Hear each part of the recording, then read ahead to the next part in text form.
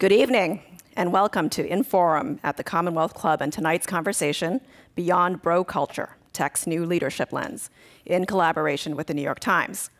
I'm Pui Wing Tam, tech editor at the New York Times, and please join me in welcoming our panel, Josh Reeves, Chief Executive and co-founder of human resources company Gusto, Tina Sharkey, entrepreneur and advisor and co-founder of consumer product company Brandless, Wayne Sutton, the Director of Program Development for Backstage Capital's Accelerator, and the founder of Change Catalyst and Tech Inclusion, and Bridget Fry, Chief Technology Officer at tech-powered real estate company Redfin, and one of the few female executives in her role.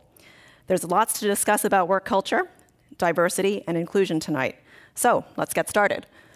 First question for you panelists, and I'm hoping each of you will answer, is just to give us a state of play. Where are we in tech leadership right now? And where might things go from here? Josh, I'll start with you. Yeah, happy to dive in. Pretty broad, open-ended topic, I would say. Maybe as a bit of backdrop, one of the few locals who was born here in Silicon Valley, so San Francisco, grew up in Marin, and so I'm going to frame it through my own experience, kind of seeing the up and down over the last 30, 40 years.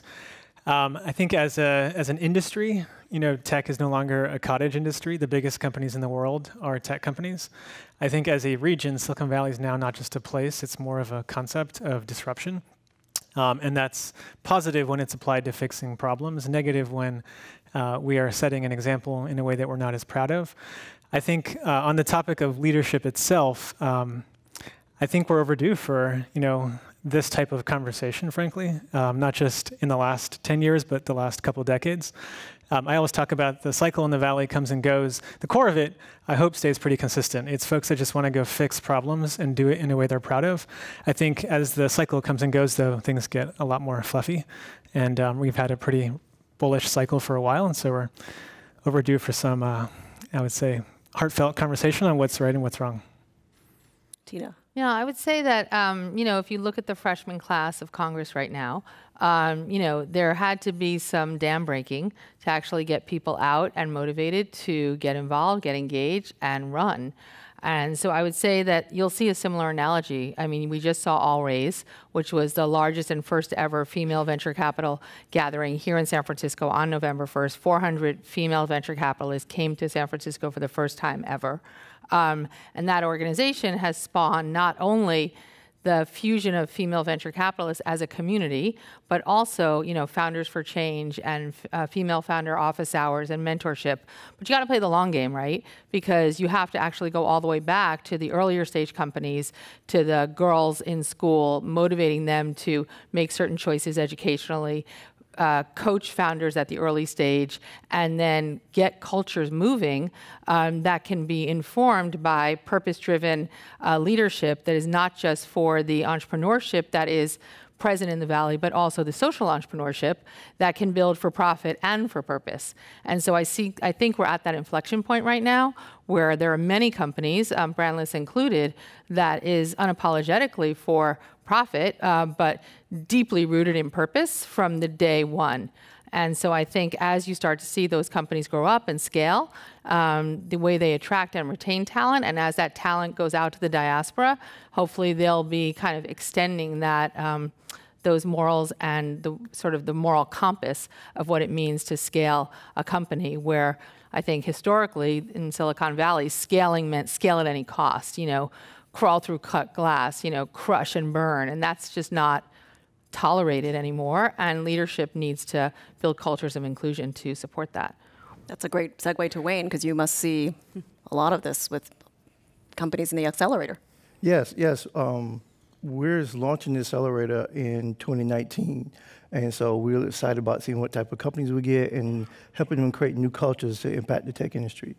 In terms of what I've been seeing in terms of around leadership and diversity and inclusion, though, I come from different lands where I believe that we're in a sense of denial in terms of this whole tech industry around the problem of diversity and inclusion in tech. I think leaders are in denial in terms of why it's important. I think a lot of tech leaders have been getting by with releasing diversity numbers at their companies and organizations, hiring global head of diversity inclusion officers. And while all those things are important and impactful and the right thing to do, there's not enough. And then also there's another layer with that. So you have a leadership layer, and I think when you look at the layer of the underrepresented people in tech, I think there's a layer of frustration. Frustration of why things hadn't changed, why I think the numbers haven't improved. A lot of work has been done. We're talking about how it's not, we're talking about on one end, oh, solving diversity inclusion is hard, or the other end, it's not that hard. We're talking about human behavior and pattern matching and hiring different people who come from different backgrounds. So I come from the lens, I believe that the leadership, looking at leadership in the diversity inclusion conversation, we're in denial, and people who are current in leadership positions are doing everything they can in tech and even out of tech to control their power and wealth opportunities, and not really trying to help everyone or enable or contribute to a society where everyone had a chance to thrive in this tech economy.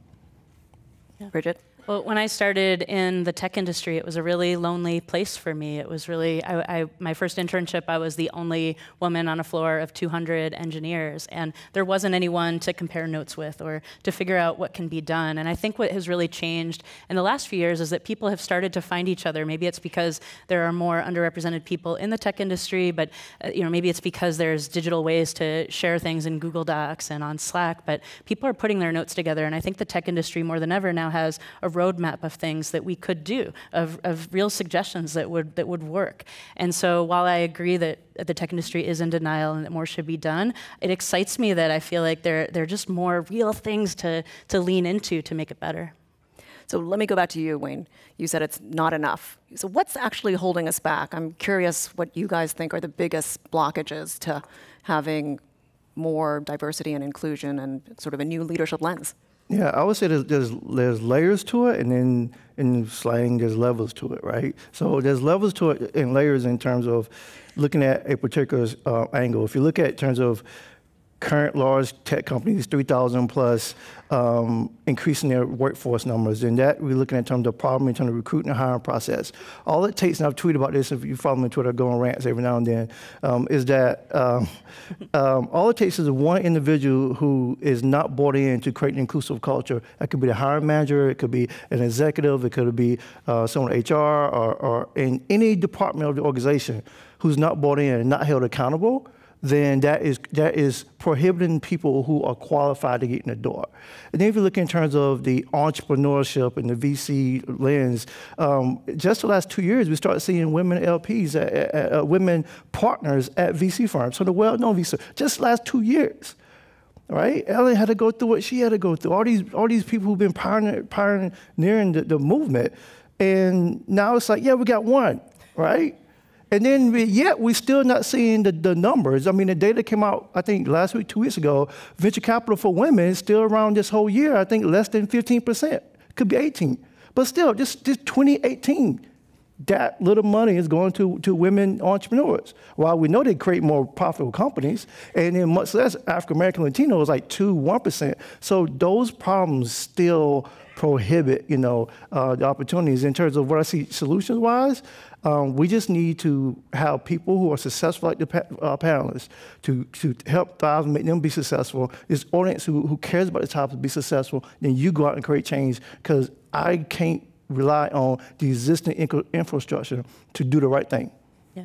I think building on that, I mean, Silicon Valley was built on this culture of experimentation, that we try something, and when it doesn't work, we screw up, but we keep going forward. And I think the industry is really struggling with how to have a culture of experimentation on something that is so fraught as diversity and inclusion. And I think that, you'll see a leader get up on stage and say something, and you say the wrong word, and you offend someone, and there's no excuse for that. We all have to understand the impact of what we're saying. But sometimes I think that can lead to that person not wanting to try again, to not taking that Silicon Valley spirit of going at it again. And I think that really is holding us back in the industry, and that the diversity advocates who are out there, we need to remember to be encouraging when people make mistakes. We need to give them another chance. We need to offer to help them and to believe it can get better. Josh and Tina, I'd love to hear what you guys are doing at your companies as a whole to encourage diversity and inclusion. And yeah, I'd love any specifics and numbers. Tina? Totally. I mean, on my leadership team, it's over 50% female, but I don't think that diversity is just about skin color or gender or any choice that a person wants to make about how to live their life. It's really about inclusion and normalizing inclusion, because once you have a diverse workforce, if you're privileged enough to have one and have built one, that's when the work starts. Because inclusion is about having people get comfortable participating in meetings, having people get comfortable not just doing their job, but being who they are, and the workplace normalizing that kind of inclusion. So at Brandless, like one of the things that we do is every week we have a spotlight meeting, which is an all hands in both of our cities with a video camera. And I go out of my way to not present at that meeting. I want all the teams to present, and I want people who've never gotten up in front of other people to get up in front of other people, because we're there to catch them and support them. So yes, I'll do Q&A if people have questions for me, but they hear enough from me. I want them to hear from everyone on the team. The other thing that we do is that when people join Brandless, we say, look, of course we hire you for what you do because we're trying to fill a job and get something done, but way more importantly, we hire you for who you are. And so how can we develop who you are while we are helping support you in what you do? And so we do this thing called intention ceremonies, where we ask each person in the company when they come, probably within the first 30 or 60 days, to set an intention personally. But then we ask them what we can do to support them in realizing that intention. And then we actually have them go up in front of, it used to be the whole company, but now the company is too big, so we try and keep it to about 12 or 18 people. And they share that publicly, and then the whole company signs it, and we hang it up on the wall. And so that's not about what their managers are going to figure out if they're executing their things, but in terms of who they are as people, everyone needs to be seen, everyone needs to be engaged, and everyone needs to be engaged beyond their deliverables. And so orchestrating how people eat lunch together, orchestrating these little things that become habits and become part of the culture are critical things. So it's not just about, oh, we're going to hire a diversity officer. I'm not saying that's bad. That's a good thing. Anything you can do to move the needle, but it actually comes down to what are you doing every day? And if so, setting a lunch table every day where everybody gets lunch and sits together, that changes things. Having a spotlight where people are in front of the company every week talking, that changes things. Having purpose ceremonies where people are doing things together, and then actually going out and doing activities where people are just normalized for just being together outside of offsites and planning and deliverables, but truly about that cultural connection that is just something we practice every day as part of what we do for who we are. Yeah, a couple of things. I love the word purpose and how many times you mentioned that. I speak a lot about intentionality. And so I think on this topic, kind of a couple thoughts come to mind. One, to what we were just talking about on why is it an issue? I think one reason, I talk to a lot of entrepreneurs, is there's a myth that you have to almost choose, to your point, between profit or values or building a company in a way you're proud of or winning. And I think that's a false myth. So it's actually helpful to just break that down, because in a startup journey, you're all very busy. You're spending your time trying to do a million different things, and it can feel like one more thing is going to just tip you over the edge. So one thing that helps at Gusto is we try to work backwards from this is going to be a long-term journey. We're going to do it for decades. And when you use that lens, it actually is great for business, right? It drives retention of your team. If you have the ability to speak to an authentic culture that actually welcomes people, it speaks to your product quality. If you want to actually serve a diverse customer base, which hopefully most companies do, then you better be representing those customers in your own population. So that's kind of one myth that I try to help people debunk. And then in terms of Gusto programs, we think of hiring as a search for alignment. So, companies, in my opinion, don't convince candidates to join them. Candidates don't convince a company to hire them. Both parties are searching for alignment. And so at our company, we think about values alignment, motivation alignment, skill set alignment. And I think even just having those first two there versus just pure skill set pulls you away from just the growth at any cost or just filling a role and gets you into this conversation on what are our values? What do we stand for? And values, again, are very different than I would say diversity, right? Values are just philosophies. If someone's not a good values fit with Gusto, we have values like no egos or service mindset or intellectual curiosity. Does not mean they're a bad person. Just means that they'll probably be more successful somewhere else. But being really intentional around what do you stand for, what is your core philosophy, and then having that guide your hiring practice has definitely been helpful at Gusto. One really tactical program that I want to mention to share that also we have a lot to get better at too. We realized several years ago that we we're not where we wanted to be on engineering female representation. And so one project initiative we did was just publicly sharing that we're going to now, for the next 6 months, hire 50-50 male, female in engineering, and the activities that enabled that. So that's just a statement. The activities to enable that were a whole set of very outbound, sourcing-centric activities, going to various conferences, career fairs, schools, things that we could go do to bring people into our funnel. And then we have our normal interview process, obviously. And that was very effective. So I think even if you're intentional, we're not perfect. We realized something was wrong. We made an improvement. Now we're in more the 25 to 30% in female representation in engineering. That's still not our long-term goal, but it's definitely a big progress from where we were before. What is your long-term goal for the female engineers? Population of the world is generally 50-50. Okay, right? Awesome. It's interesting. I was going to say that in terms of intentionality, sometimes like the most like specific details and like just breaking it down. So one of our seed investors is Cowboy, led by Aileen Lee, and I was at an LP meeting giving a talk. And one of the other entrepreneurs at the talk was a woman who started a company called Textio. I don't know if you're familiar with them, but they basically do language diagnostics, and they've found that the biggest application of it today is to go and rewrite job applications and job postings and show you things that are more attractive to other audiences. So like if you say something like, come join our engineering team, we crush it every day, like that is a signal unconsciously to attracting people who don't want to be in an engineering team that crushes it every day. Like, I don't want to be crushed. Don't crush me. Like, you just feel like you're going to get run over. So they're like, wait, if you want to attract different kinds of people, then don't put crushing it every day in your description of what the team is like. So like that, it's very tactical, but we actually just licensed the software program, and we're looking at all of our job postings to make sure that they are truly representing the culture we want to represent. I mean, we didn't have crushing it every day, but I thought that was like a great example of something that you don't realize is an unconscious bias that might actually not make people attracted to your company because it sounds like a different kind of thing.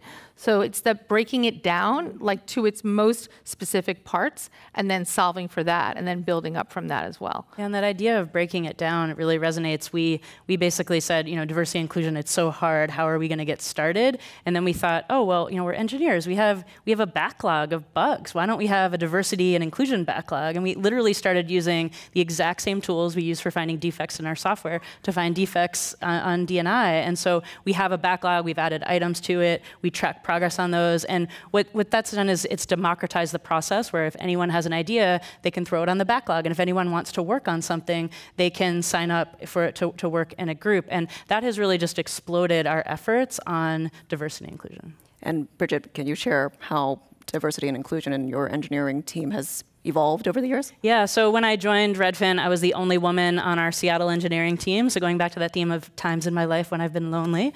But today 35% of our tech team are women. This is 7 years later. And so we've been following some of that journey that it sounds like you've been following to really intentionally try to grow our team, to make it inclusive and to keep people around. So I do think that it's possible for these numbers to change, and we need more examples like Redfin where we're seeing the numbers move in the right direction. How important is it to build all of this intentionally into your company when you started, as opposed to growing the company to a certain size and then, thinking about it? Day one. Yeah. Day one. It's definitely easier on day one. Yes. And one way I guess I recommend if a founder, again, back to when you think about companies, when I think about companies where things are not the way they should be or people are not happy with the way it is, I'll make the assumption for the most part, hopefully, entrepreneurs have to be optimists, that no one's really striving to create that culture, right? No one's like, I'm going to create a culture that treats people this way, I'm going to savor that and celebrate it. Hopefully that's not the case, and if so, then that's not someone I ever want to interact with. But it's usually through a whole set of short-term optimizations, trade-offs, I have to do this, I can't get to that. It leads to a lot of times companies not spending time on this topic. And so I think day one, for sure, and one way, at least it worked at us to manifest it was, we were 3 people working together. We felt really unique and connected in the way we worked, and we wanted to maintain that. So then we thought about what makes that unique, and that's what drove us to create our values, right? So you don't see values on our walls. You don't see values on T-shirts at Gusto. To me, you either live your values or you don't, and there's something that's innate to a person. So our interview process is what screens for that. So hiring our first employee was an exercise in what do we stand for? And that can start again from your very beginning.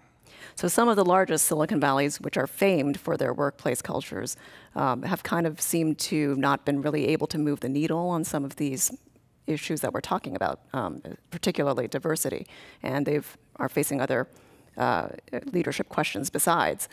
What does that say to you about what kind of model that sets for tech companies and the rest of the Valley that they're encountering some of these issues right now? For me, the Valley is an ecosystem, right? And so everyone has a role to play, including boards and investors.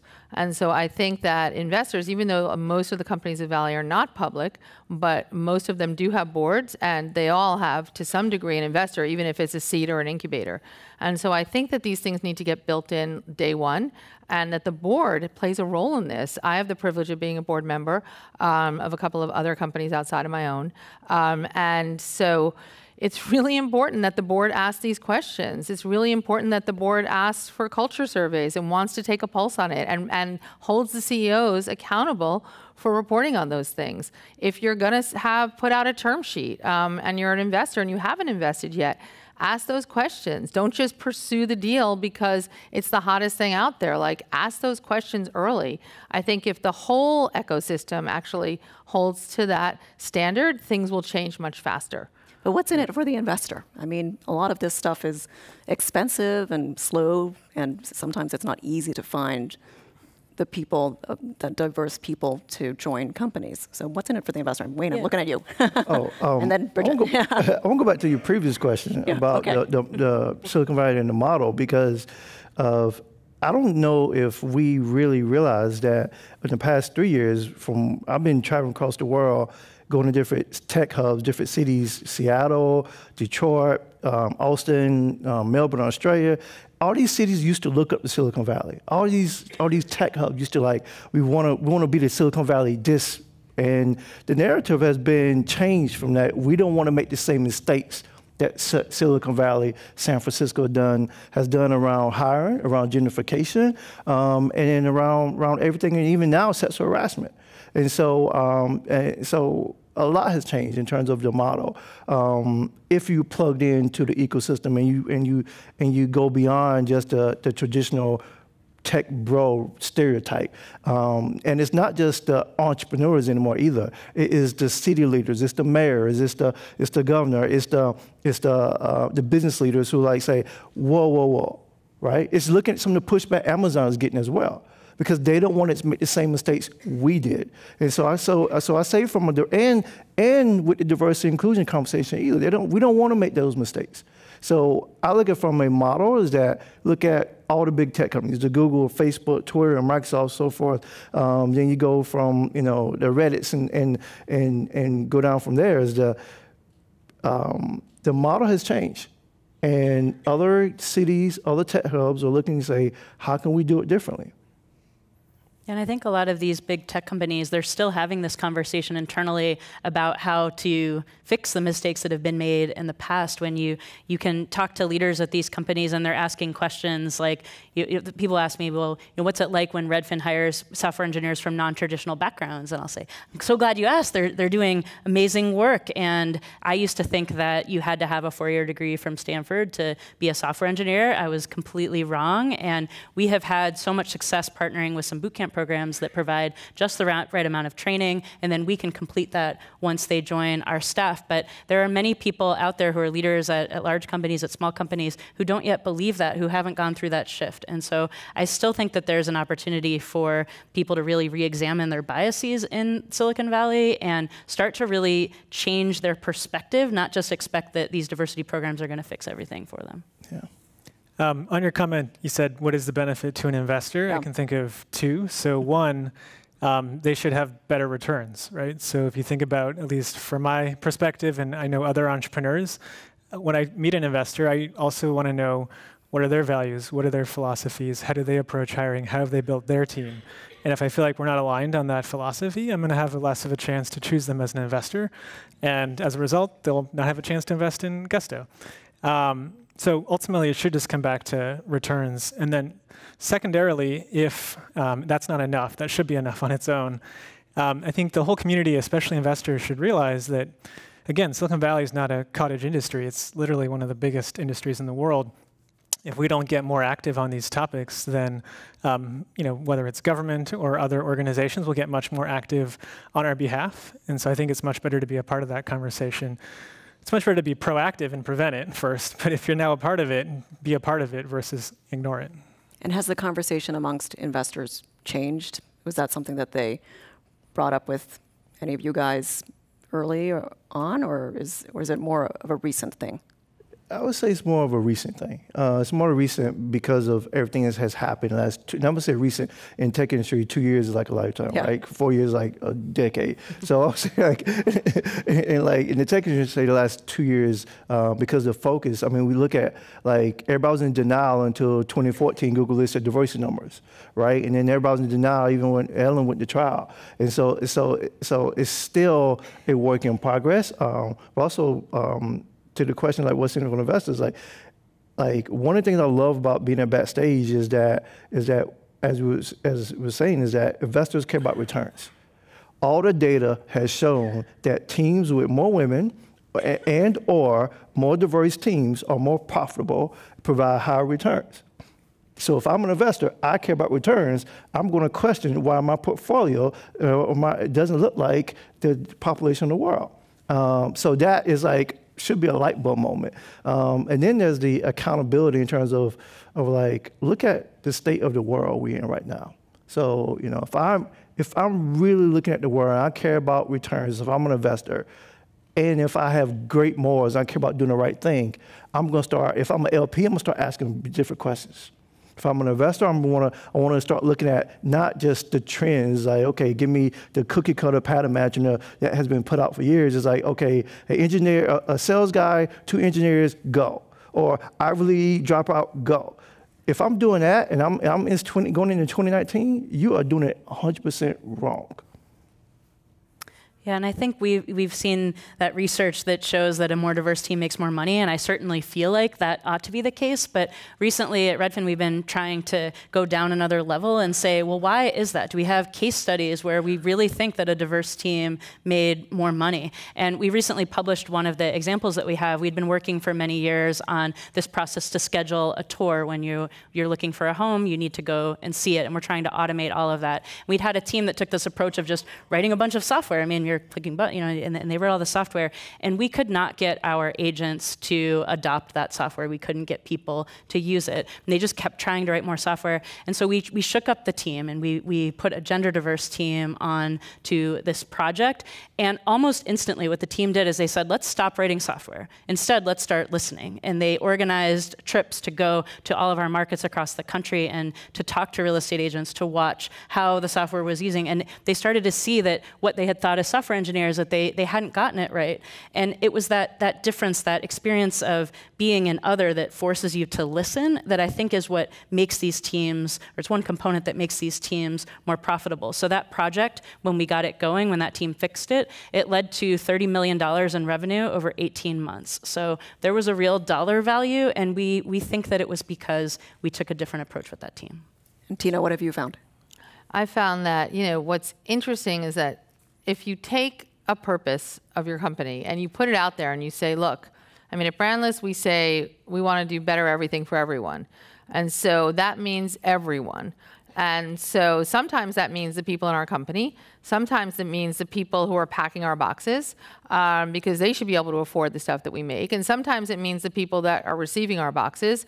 And sometimes it means the people who don't even have $3 because today everything that we sell that's organic and non-GMO, et cetera, it's all $3.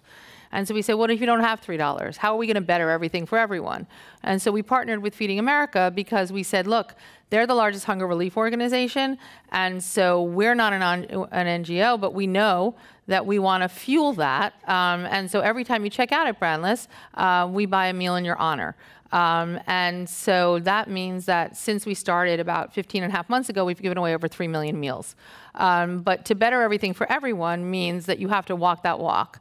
The other thing is that at Brandless, for me, It's about the gratitude of being able to serve my employees. Like when we do our org charts, like I'm at the bottom.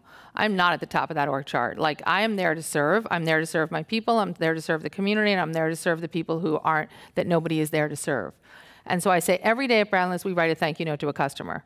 And I literally had this talk at the Spotlight last week where at the end we were talking about how we were rolling out thank you notes because we have to get certain information to be able to know who we're writing to, but we don't want to disclose any personal information about a customer, so we have a process for doing that. We just re-rolled it out. And so I got up at the end of the Spotlight and I said, look, I need you all to listen to me like very closely right now.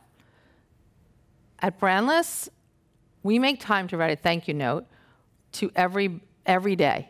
And if you want, sometimes I write 5 on Fridays. So it doesn't have to be every day, but you're writing, in theory, a thank you note every day. And this is how they're handed out. You just heard that. If you don't have time, or it's not that important to you to write a thank you note to our customer, I have a very extraordinary network. I want you to come see me privately, and I want to find you another job, because this is not the right company for you. Because this is who we are, and we walk our walk. And if you don't have time to do that, then you're in the wrong place. But I'll help you find another place, but this is not the right place for you. And so it's finding sometimes the smallest things to say, like, this is how we walk our walk. You with me? You're not with me? How can I help you find a place that's a better fit? And so it's kind of making everyone a culture holder every day and building those muscles so that you normalize kindness, you normalize inclusion, you normalize diversity, and you normalize the goodness that is part of a company's intentions and their profit. And we work really hard, but we do it not just for ourselves. We do it because we're trying to democratize access to something that is much bigger. And I say, look, we're entrepreneurs, but we are social entrepreneurs. And we are here to fix a very broken system. And I'm not going to Washington to do it because I don't have time for that. I want to get stuff done, and we're going to democratize goodness. Are you with me? If you're not with me, how can I help you find another spot? So let's flip this leadership question and talk a little bit about employees. Recently, we saw a 20,000 person walkout at Google to force change. So how much change are you seeing employees demanding about diversity, inclusion, all sorts of stuff? Josh? Yeah, I mean, I guess just a +1 to connect almost what you just shared in the question. You know, Gusto is the employees, I guess. I'm trying to parse even like what we're doing and obviously the people that I get input in. I'll give some examples, but you know, I also serve the team, and so everything and anything we do ties to, we call ourselves Gusties. It rolls off the tongue, but what Gusties inside the company are ultimately choosing to prioritize and spend time on. So I would say, you know, here's an example of something where I think we've made some progress and have a lot more to get better at. We kicked off a new college grad recruiting program in the last year. And one goal we had in that program was to have really broad representation from different backgrounds, in particular ethnic backgrounds. And so that led, similar to my earlier example, to a whole bunch of sourcing activities. So I was in Atlanta for 4 days at a job fair. We had members of our executive team go all over the country, different job fairs, and just spend time. There's no shortcut. Just spend time, meet students, be at a job fair. It's a wonderful experience, kind of brought me back to the early days. And it's very effective. And so that was a plus in terms of us now at least bringing in folks with more diverse perspectives. This was primarily in our Denver office. Now the learning, and this is a topic that's been a big discussion point in the company, especially in the last few weeks, is how do we set up those new college grads for success? Well, we did some things well, some things we could do better. I mean, you have a bunch of folks moving to a whole new city, moving to a whole new climate, working at their first job ever, and it's a startup. And so, you know, that's a topic, just to give you an example where I've been spending time, is how do we, for next year's program and even for this year's program, really make sure employee onboarding is done in a much more differentiated and unique way. I need to be higher touch, not just in the recruiting, but in the onboarding process as well. And I do a workshop every 2 weeks called Vision and Values with all the new hires joining Gusto. But the truth is in this program, you know, that still just means I'm meeting folks one time. So definitely in next year's program, I'll be spending a lot more time with the new college grads. Yeah. Tina? So I just think that it's really about, you know, I do an employee breakfast with the new employees probably every 3 weeks. And I always make sure that we do it in Minneapolis and San Francisco. Even if I'm in San Francisco, we sort of make everyone sit at the table so it feels like around a table. And some of the early questions that I got were how are you going to scale this culture? Like, we came because we thought Brandless was so cool and all this, but like, how are you going to do that? And I said, look, I'm not. That's your job. Like, you came to Brandless. You are not only here to do your job, you are a culture holder. If you want this company to be the company that is going to make not only your career growth, your personal growth, and change the world in the humble way we hope to do it, then like, that's up to you. You tell me how I can help you. So I think this whole idea of like top down, it all has to come from the leader, as opposed to crowdsourcing from within your company and from within your customer base and from within the community that you build to serve, like that. And so I started answering the question that way. And now I don't get that question anymore, because I tell people, look, it's up to you. Just tell me, one, how do I not get in your way? Or how do I support you to go for it, whatever that means. If it's, you know, silly t-shirt day or pancake day, or you want to go and do a community service outing, go do that. And like, how do we create and enable a place where you feel like you can come into work late that day because you're a Glide, or you can start something and that we'll fund that, you know, kickball party or whatever it is you want to do, go for it. But I think the culture has to be held by the crowd, which starts with the team. And then that amplifies, and then they attract people, and they attract more people and more people. And so that's kind of just one way to just practice it every day. Yeah, we have a saying that culture is something we create, not consume. And it sets this expectation, like you said, that everyone has to participate in that building. And it is something you have to do every day. Yeah. I would say that if you're looking for a job, you try to work at one of these 3 organizations. If you care about it, you here, so that means you care about it, or you're interested, try to get one of these 3 organizations. That's what I'm going to say about that. I would say that the Google walkout was interesting. It was very powerful.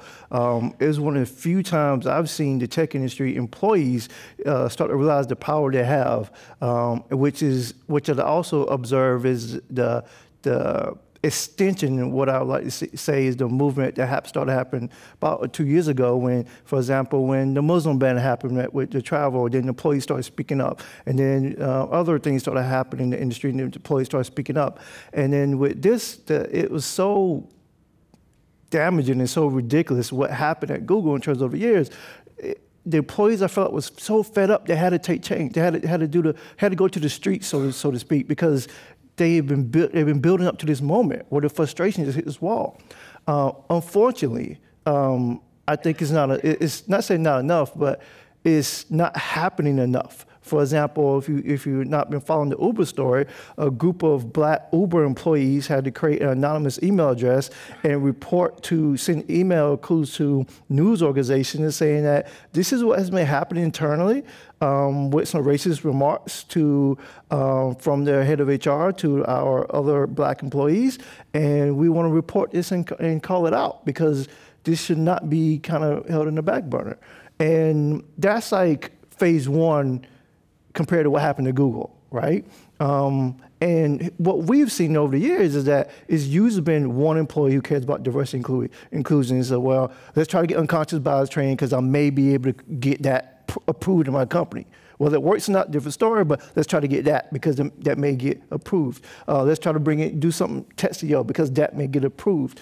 And it's sad that a lot of employees, where at one point, like you were the only woman, that there's a lot of employees at these organizations feel like they're the only one, and they don't have no power, right? They have no authority. They don't have the opportunity to team up with people who care to create change because of the narrative or the bad culture that's existing in the organization. So I think when you can't compare notes, you don't know if you trust yourself that something's happening or it's just some kind of fluke. Yeah, and people think it's them. Yep. And after a while, imposter syndrome stirs up, and then the lack of productivity increases, and people are like, it's me, and it's not. It's the culture around you, and you don't have power, you don't feel confident, then you can't thrive. So hopefully, the tech industry employees. I'm not saying go start a revolution. What I'm saying is that use your ERG groups if you have them, use your allies if you have them, and start demanding change in your organization, especially when you see things are wrong. I'm not talking about increasing diversity numbers. I'm talking about when you see something where someone is being sexist, being racist, is prohibiting someone to have the same fair opportunity as any other human. When you see things like that injustice happen, call out that. How do you guys encourage what Wayne was saying, that folks can speak out? Yeah, I think we're seeing that, as people are reading about all these things that are happening at other tech companies, they're really asking, is this something that's happening at my company? And the people that we have at Redfin want to make sure that it's not. And so that has led to a push for more transparency about kind of every process that we have, everything about HR, everything, how do decisions get made, and how does all of this work? And I think there's been more attention paid to that recently. So we just rolled out a salary transparency project, which is something that many other companies have done. But we did that because people were saying, well, how do you decide what to pay me, and what could I expect to make if I got promoted to the next level? And so it was something that we invested in. And I think that the request for that had to do with reading about things that are happening at other companies that aren't fair, and wanting to make sure that that won't happen where you are in that environment that you're in. Tina and Josh? Oh yeah, I was going to jump to just something really, I guess, tactical at high level, low level. So +1 on just, if you see it, speak up. And any company, any organization, you want to create as many avenues to support that. But also, if something does happen, then you have to take action, right? And that does mean trade-offs at times. And so, words are powerful, and then take action. If someone is violating a policy, make sure it's very clear, it's unacceptable, and then that person should not be in the company. The higher level point is more, we're mostly in a tech community audience. Data is powerful, right? So we do, similar to what you mentioned, just an analysis to see, if you look at promotion paths or compensation changes, is there anything that's an anomaly against our data set of our representation in our employee base? And there shouldn't be any anomalies. And if there are, then that's something we go spend time looking into. And so I'm happy that there isn't. We just went through that process recently. But you want to share that with the company and be open about it and highlight, if there is, then, the actions you're taking to deal with it. Yeah, so from our perspective, I think we're probably the youngest company on the stage, so it's new, but hopefully we're putting the right things in place, and we have, resourced our HR and culture team so that we have, 4 people on that team, actually 5. And so they're not just there for recruiting, they're there for engagement, and they're there to be seen and heard, and to make sure that people have access to them, and that we walk that walk every day. And so it's important to resource those things, because they just don't happen. Like, everyone has the same 24 hours in a day. And so I think you have to invest in, whether it's headcount or the discipline around those things, so that people have the opportunity to scale. So one of the things we hear over and over in Silicon Valley is the pipeline issue. How do you find the people? They don't exist. How do you make a more diverse team if you can't find those people? They're not out there. Is that a myth, or how do you get around that myth? I think you have to really broaden your idea of who can be successful in this industry, and it has nothing to do with lowering the bar. In fact, I think we're raising the bar when we bring more people from more backgrounds in. But I mentioned this before. I did have that bias that you had to have that 4-year degree. I have one of those 4-year degrees, those coveted degrees from a CS program, and I thought you had to have that, or you couldn't write code the way that people with my training have.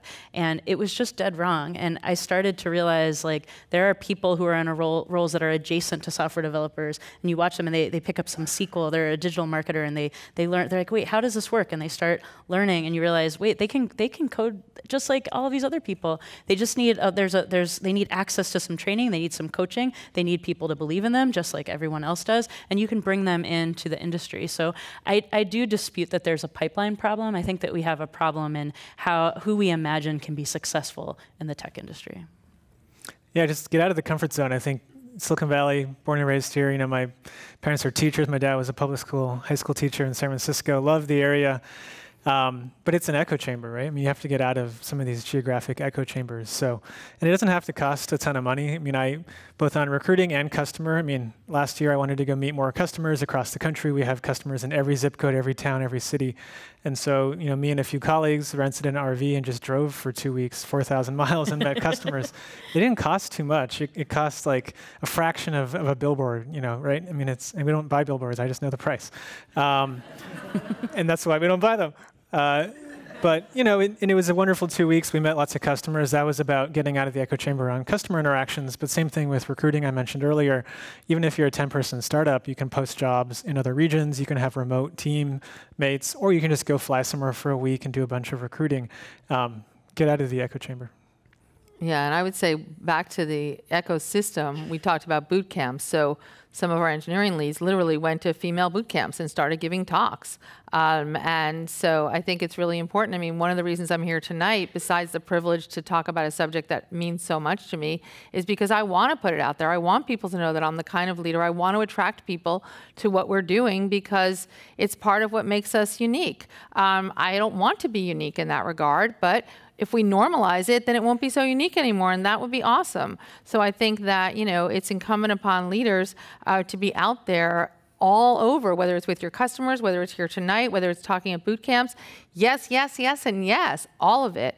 And you just have to be relentless in your pursuit of sharing and evangelizing your story and building networks of inclusion and helping each other. The thing I love about what AllRaise is doing is that venture capitalists tend to really compete with each other because they all want to land that deal. So I don't think you ever saw 400 male venture capitalists all getting together to share tips. That's just not how it works. But what I love about what they're doing is that they're actually collaborating as a community, even though they're also competing, but the collaboration. And so some of the ideas tonight are ideas that I'll bring back, and hopefully some of the things that I've shared might be things you'll bring back. And I'm writing about it, I'm talking about it. Our team is evangelizing about it, and we just are relentless in our pursuit of that. You can never rest. Wayne. Yeah, most definitely the pipeline problem is just a lie. It's not even myth, it's just a lie. And created out by people who don't really, it hadn't expanded their thinking, and I think want to hold a certain level of pedigree and credentials and power. So that's how I think the pipeline myth started happening. But I would say that what troubles me about the pipeline conversation, and correct me if I'm wrong, but most of the time it's connected to engineering development, engineering dev roles, and that's another situation where there's an article. I wish I had the data off the top of my head, but I don't. But the article, it was on TechCrunch, no plug, but just it was on TechCrunch, talking about how the tech industry couldn't prove that people who had 4-year computer science degrees actually outperform or people who didn't. And it was like, here's the data. So you're trying to hire for people who actually, there's no data to prove that they are better. And if you look at people who are in engineering roles, there was data saying that most of them did not have a degree. So it was like, okay, we're doing it wrong. And talking about a pipeline. And connected to the pipeline, but a different argument is we focus so much on the engineering roles, and I get it. I like to code like every other good engineer. But the tech industry is made up of so many other important roles where we know there's not a pipeline problem, but we don't talk about that enough. Head of marketing, business development, sales, all these other roles. There's hundreds of people qualified. Why are those roles not as diverse as others? And then lastly on this part is the pipeline. We get the argument at backstage is like in terms of pipeline of finding potential good underrepresented entrepreneurs to invest in. They're like, where are they? Are you going to be able to find them? It's like only the best are already in Silicon Valley or the Bay Area. There's no way you can find a potential, I don't want to say the U word, but a potential high growth company out, in the middle of America somewhere. We're like, they do exist. We're out to prove that as well. So pipelines are myth on all 3 of those verticals.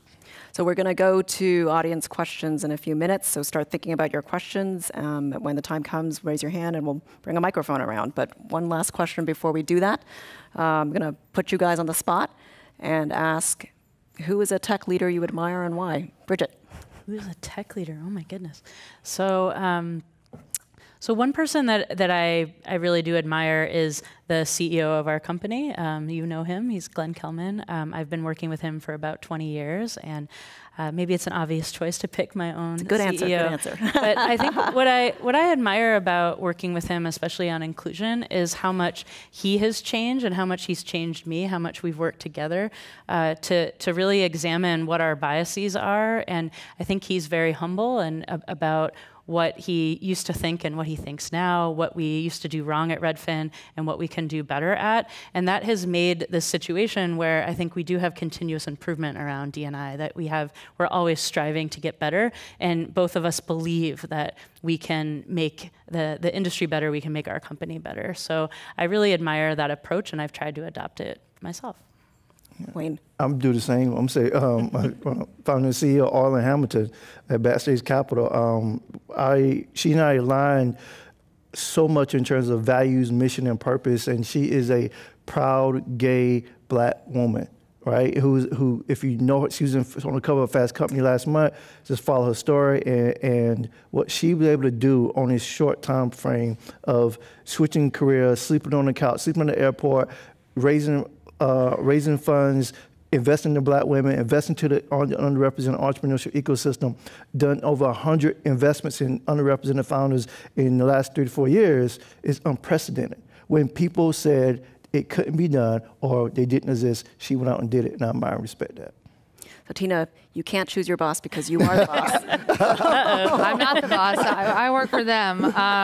So I would say, you know, a man who's really, really impressed me as recently as, you know, the last few weeks, and for what I've watched from his career from a distance, because I know him but I don't know him well, is Mark Benioff.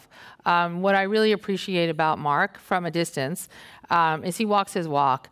This is the community where Salesforce is born and raised, and this is the community that he is investing in addition to saying no and making and actually putting his values out there in the world and saying we're going to walk that walk because I'm in charge and that's not okay. And so whether it's the Children's Hospital that he's invested in, the recent legislation here to tackle homelessness in San Francisco, as well as, you know, the one for one structure of how to think about investing back in purpose and profit is something that I just see him walking his walk every day at scale, and he's not afraid to take those risks as a public leader, and I really admire that. And Josh? So I'll add one more. I was going to say Mark, and I'll give a comment there and add one more. But it was +1 to the being opinionated. I think that's something that in tech and as leaders, it's easy to say that all we should focus on is our products. And I think, no, any leader, when you have a leverage point, a voice, a broader platform, you have a responsibility to at least have an opinion. Doesn't mean anyone has the right opinion on a lot of topics, but it's good to have an opinion. And I definitely see the courage. And I don't know him at all personally, but just something I've witnessed. Another leader I was going to mention who I also have had exposure to from afar is Jeff Weiner, who's the CEO of LinkedIn. And yeah, I actually was on an airplane yesterday, and he was doing an interview with Oprah. I don't know how that ends up happening. But he was interviewing her, and it was just about mission, values, and I saw at least a similar quality there on you can have big, ambitious goals, wanting to be proud of how you get there, focusing on the people side at least seemed very authentic. One thing I wanted to add, though, on role models, if this is at all helpful advice, is it's always great to hear these stories. Everyone you meet, though, has flaws. And I think it's really important to know, even if anything we're sharing is of use to you, we have flaws too, right? So I try to meet anyone, get to know them, you know, whether it's a leader from afar and near, a teammate, and like learn something, but then take that as input and then figure out what I think is best. It's always dangerous, even with some of these amazing folks we're sharing, to ever think that anyone is someone to just follow or do what they say. You know, find out what you think makes sense. Thank you. We're going to go to audience Q&A now. If you can keep your questions short and ending with question marks so that we can get to as many people as possible, we'd really appreciate it. First question, and I'm not sure I can see. Hi, Josh. My question is for you. Yeah. So as a woman that works in tech, I totally respect and appreciate the fact that you're trying to bring more women into your organization. But as a woman in tech, I want to get a job not because I'm a woman, but because I'm the most qualified for the job. Mm-hmm. Sorry, I wrote notes. Yeah, I just don't want to be a number to increase a percentage. So like Bridget was saying, she talks about opening your pool of what qualified means. So I'm wondering what you can do to attract a bigger pool of candidates that's not just based on gender, especially because we're moving into a direction where male and female is not the only gender identity that we're looking at. Yeah, so just +1 to the question, the topic. I think all of the activities we're discussing is about how do you drive more exposure and, again, pipeline is, I think, the inappropriate word, just top of funnel, I guess. Like, we want to have more ways for folks to engage and interact with Gusto if that's a company they hope to work with. So, some examples. Mentorship programs came up, boot camp programs. We did a program at Gusto to help people move into product management. It was from folks in our customer care, customer experience teams, give them a chance to get exposure to this skill set. When they finished, we didn't actually have a lot of entry-level PM roles, so a number of those folks ended up getting PM roles at other companies. I celebrated that because it meant we had someone going into a PM job that otherwise wouldn't have had the opportunity. So I just totally agree with the concept of your question. I think the value of sharing anything related to numbers or ratios is if there isn't at least an acknowledgement of something being out of sync with the population, then it's unclear even where to focus in the first place. So rather than say there's a million things we want to do, we try to be pretty surgical, choose a couple of goals, and then we have decades of work to do as we progress through those goals. We have a question to your right. First of all, I want to thank every panelist that's here tonight and our panel moderator. I really appreciate your opinion. My question is kind of around some of the unspoken diversity we look at in tech in both Silicon Valley and elsewhere, and that's socioeconomic tech. So how do we engage and enable people who maybe come from more diverse socioeconomic backgrounds? Like, I consider myself a huge person of privilege, particularly from a socioeconomic background. How do we help people in lower diversity or lower socioeconomic brackets become successful or feel like this is a space that they can thrive and contribute to? Yeah, I'll jump on that. Thank you for your question. Really, really thank you for the question. And also, before I directly ask the question, I would like to say that at least I know, and I feel like this panelists, we all know that diversity is more than gender, than race, and as you mentioned, so forth. There's transgender, there's LGBTQIA as well. There's age is an issue. So it's like class is an issue as well. So even though we didn't mention a particular solution or mention a particular dynamic of diversity, we care about it, and we also know it's beyond just gender and race and the color of skin and so forth. And so to direct answer your question, I have a strong belief of going to people where they are. Right? That's like what Josh did. He traveled across the country, get that experience. I'm not saying that's the end all solution, but I think it is a tactic that works.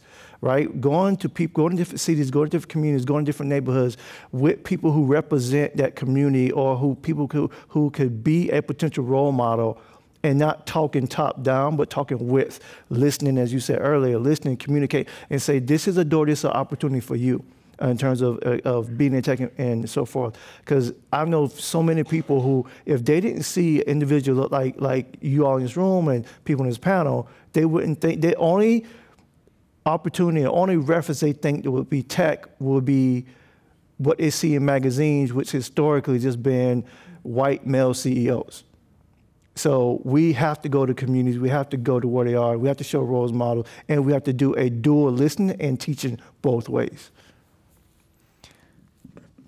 Yeah, I was going to jump in. I think part of it could be just tactically, if you're expanding as a company, that's wonderful.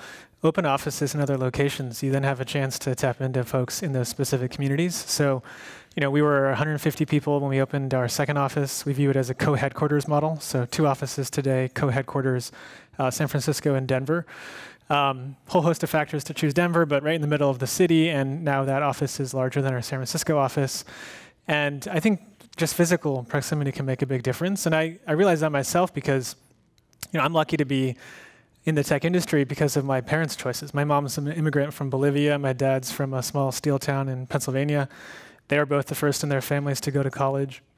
They ended up in California for other reasons. My dad had long hair, purple pants, wanted to go explore the music scene and stuff. But I was born here, didn't know what tech was until I, now to match a stereotype, did go to Stanford and learned more about this community. But I didn't know what it was till I was at Stanford. And I think we're now in a stage where, you don't have to go to Stanford to know about tech. We have an office in Denver. We're hiring there. If you want to learn about tech, join our office in Denver, not trying to make an overt plug, but any company that has these other offices, go join a company in whatever city they're in. And as a tech company, open offices in other cities. You get access to great talent. I've got a question in your back left. Hey, thanks everybody. It's actually a lot more nerve-wracking than I thought. So Bridget, you spoke early on about experimentation, and I want to open this up to everybody. What are some times that you ran a D&I initiative or an experiment internally and it didn't go well? And what'd you learn from that? I think a lot of companies talk about successes, but there's a lot to learn from times that we mess up. Yeah, so one that we've been working on recently is just how our interview process works. We specifically have been working on that consensus process, which is after you do a bunch of interviews, you need to get a group of people to somehow decide whether to hire this person or not. And that has been a long project. We've been working on it for about a year to make it better. And what we found when we started looking at the existing consensus process that we had is that people would kind of just start talking about, I don't know, whatever. There was questions they were supposed to ask, but they'd come in and just start talking about one aspect of someone. And then the other people in the consensus meeting would start kind of piling on after that. And so we realized that as we were building this new process, we had to have a way to fairly look at the whole candidate. And so what we do now is we have a written form that people can fill in advance, and it itemizes our values and all of the topics that you're supposed to ask about. And we went through a couple versions of it where, at what point should the manager start reading that feedback? Should they read it before the meeting? And then when people come together, what are the rules for how we can discuss things that maybe weren't actually written down beforehand? So we've gone through a bunch of iterations, and now I think we have a really good formula for it, but we had to keep asking ourselves to make sure that this new process was going to do a better job at bringing more people into our company. Yeah. Wayne? I would like to say that, and I shouldn't laugh, I'm sorry. I'd like to say that a lot of companies, I believe they won't publicly acknowledge this because of how much money they spend on it, is implementing unconscious bias training at the wrong time.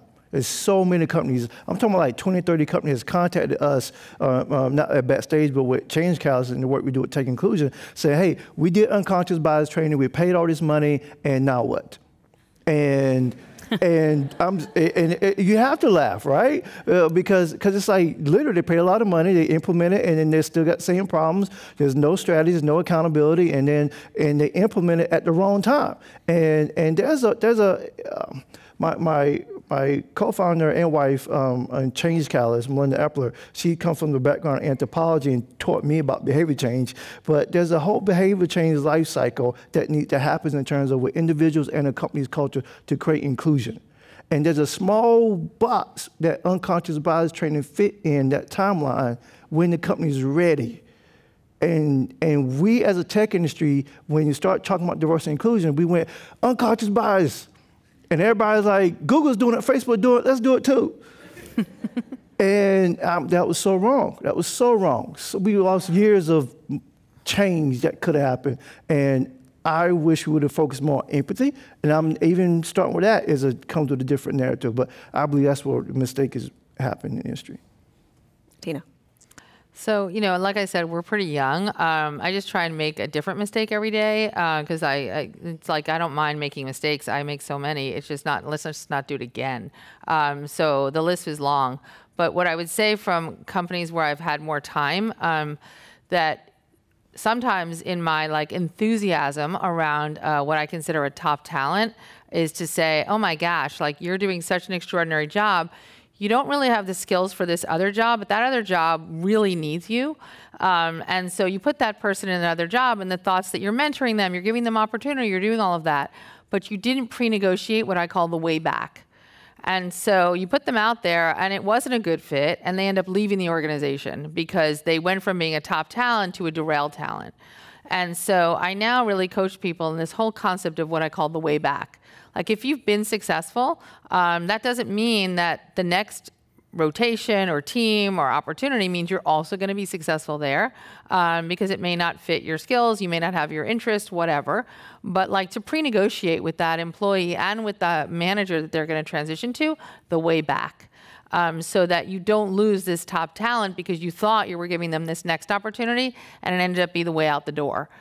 So I think, some of the mistakes that I've made is to just take people who I think are extraordinary and then just drop them in, in the middle of the night like a Navy SEAL and say like, you got this. I trust you.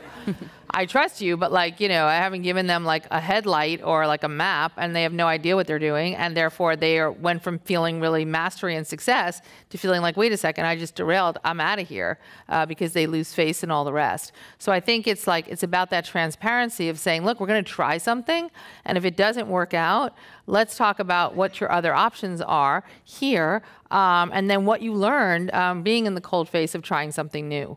So that's something that way back idea is actually anticipating like what the next couple of moves are going to be, and then how you continue to develop a team and develop their talents and diversity across the organization.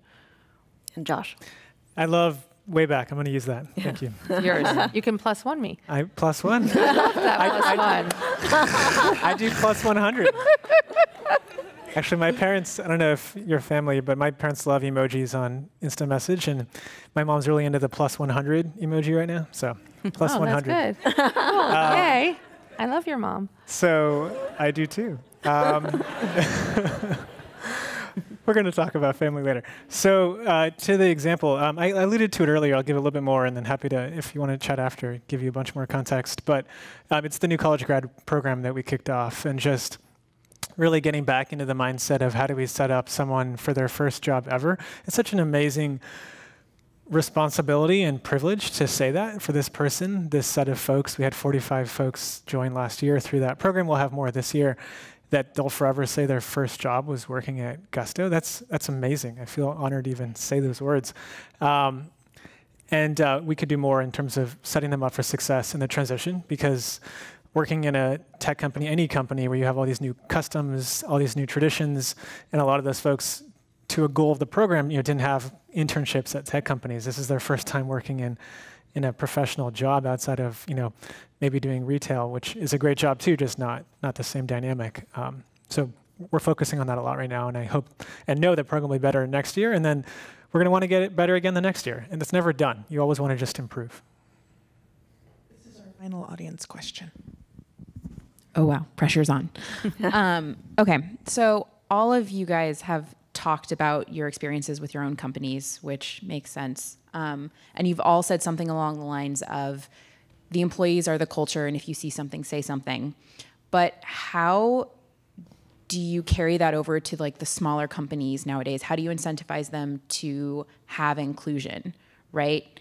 Because if the employees are reaching out to the leadership of like a smaller company, say like less than 10 people, and they're not getting any buy-in, how do you get that to happen? Like as an industry-wide conversation? I do think there's kind of two types of small companies maybe. There's ones where you feel like the leadership is open to change, to learning, and to making some progress on this. And then there may be others where they really aren't open to that kind of change. And I think for each employee, and depending on what you care about, you may have to decide which kind it is. I will say that at a small company especially, I mean, Tina was mentioning this too, like when a company is really early, you can't invest in all things. And so I think as people are joining small companies, your expectation needs to be that some changes might take time, and that there might need to be a need to prioritize what those changes are going to be. So kind of everyone has to, I think, try to make it work, but there is probably a kind of company where, I don't have a good answer for it. Others? I would say yes, and I won't do the +1, but I do yes and. +100. Oh, +100. +100. Okay. Love all right, that. it got me. +100. But agreeing with what she was saying is that you look at the diversity inclusion, what type of change you want to make. A lot of people say, oh, we want to just do something really big up here. I would suggest if it's a small company of 10, pick one or two things that you want to gradually create change on, and start tracking that, and start tracking how and when you are communicating that on that personal level with your either employees or managers, and then over time, see does anything start changing with your goals that you want to connect with. It's almost like project managing your own D&I change that you want to happen on a small scale. Because you should be on a human one-on-one level start having that dialogue, but also assess where the company and the people are at, see if they're ready to have that dialogue. And just to add to that, there's an entrepreneur that who's a friend who I really admire. Her name is Amy Chang, and she started a company called A Company that was actually sold to Cisco. But what I love that she did was every time, she had at the time, I think like 45 employees, and she said, every employee I find a mentor for. And so she literally went into her network. She grew up at Google. She was the project manager on Google Analytics and has like just an extraordinary reputation. And she said, I can't mentor like 45 people. We don't have time for that. I don't have like a huge team and HR teams that can do all of these types of programs. But what I am going to do is I'm going to find people, find out how each employee needs to grow or wants to grow and wants to develop. And I'm going to go out and find somebody and I'll make them an advisor to the company. So she created an advisory board that was very, very large. And she gave all the advisors like a very small piece of the company. So it wasn't like she was out there, giving away massive amounts of stock. And she said, this is like my mentor pool. And then she would basically match employees with people in the advisory pool who were mentoring because she didn't have enough of a team to do that. And I think she did that like starting with like 10 people in the company. It was just really remarkable as she figured out a way to take what she had learned in really big environments and apply that to her startup and gave everybody the opportunity to be developed in a way that like the actual size of the staff couldn't handle it. So that was a great story. And she sold her company to Cisco and now is running AI for Cisco. So she continues on. Gusto's COO, Lexi Reese, who's an amazing leader, was one of those advisors. Really? So, small world. Awesome. My answer to your question is, if you're in a company that small, I'm taking it from the lens of being an employee, first and foremost, see if the leader is open to the conversation and if you feel like there's an aligned set of values and philosophy on the importance of the topic. So you're shaking your head. If not, then you shouldn't be there, right? Because basically there's not an opening to even have a dialogue. But if there is the alignment, then absolutely there's still not a, hey, do what I say. It's let's make sure there's priorities, projects, trade-offs, what's the timeline against something. Make it a collaborative experience. Hopefully it never should feel antagonistic, but especially at that size, it should feel very much like a partnership. You're 1/10 of the company in that context. Thank you to our audience for your questions. Let's end now with a twist on Inforum's infamous, famous final question. What is your 60-second idea to make workplaces more inclusive and diverse? We'll start with Josh and then go down to Bridget. Yeah. So I'm going to kind of continue with some of the stories I shared. Get out of your comfort zone, and I'll specifically say geographic comfort zone. I think why that's powerful is it can give you exposure to other people of different backgrounds, skill sets, cultures, socioeconomic means. It's just a very easy, quick way to do that. And it can even be in a region, right? So I think in Silicon Valley, we talked so much in San Francisco about how tech is such a big part of the community here. I looked it up, and I think this is approximately accurate, but 28% of the workforce is in tech, which means it's not the majority, which means there's actually a ton of people working in San Francisco who know nothing and don't connect to the tech industry. So it doesn't always mean doing a road trip like I did, although by all means do that too.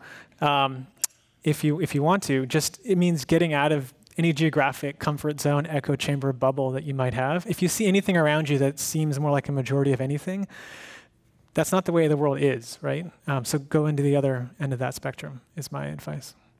Tina? I would say that for me, the idea of practicing your values with everyone in the company all the time, and that it's not a campaign, it's not a program, it's not a department, it's not an individual, that it really has to be owned throughout the organization and find ways every day to find activities whether it's lunch, I mean, you know people eat lunch every day, whether it's other types of ways in which people can interact outside of their core skills. So whilst engineering might sit together, that doesn't mean they should eat together. So finding ways to constantly creating community within inside your company that is not about what they do, but about who people are. And enabling and supporting that across the organization actually builds normalcy, and it normalizes the idea that all kinds of groups can mix and find affinity outside of their acumen. Wayne? 60-second idea. One is, I would say that on a company level, if you don't already have a committee around creating strategies to interact with different groups, different identities, different cultures throughout your organization, throughout the year. Create a calendar. Don't do the identity. Don't do the months like Black History Month, Pride Week. Don't do those. Do those, but add more. Let me start off. Do those, but add more, right? And just because if you don't have these interactions, these relationships with different identities, different cultures, different humans, you lose out on I feel like what we're designed to do as humans and thrive. And on an individual level, because I think so much it's a company, but as an individual level, I would encourage you, try to become self-aware of how you think, feel, and treat other humans who are different than you on any level. And not just in the workforce, but as you leave this event, walk down the street, go to the grocery store, think how you're treating different humans who are different than you, and become self-aware. Was I biased? Was I not biased? Was I racist? Did I do this? Did I do that? And then you develop this practice as, am I being a good human to society? Am I treating everyone as I want to be treated? So my advice for everyone in the room is just to hold on to your optimism that things can get better. I mean, we've talked about a lot of really difficult topics tonight. It's going to take all of us working on this over a long period of time. So we need to look for the little things that are getting better. We need to celebrate those wins, not just be outraged at the things we read about in the media, but there are things that are getting a little bit better. And celebrating those wins, maintaining our optimism, that's how we're going to make the tech industry better. Thank you for that. Yes. Plus 100. Yes. Well, let's give a big plus 100 or plus 1,000 to all of our panelists.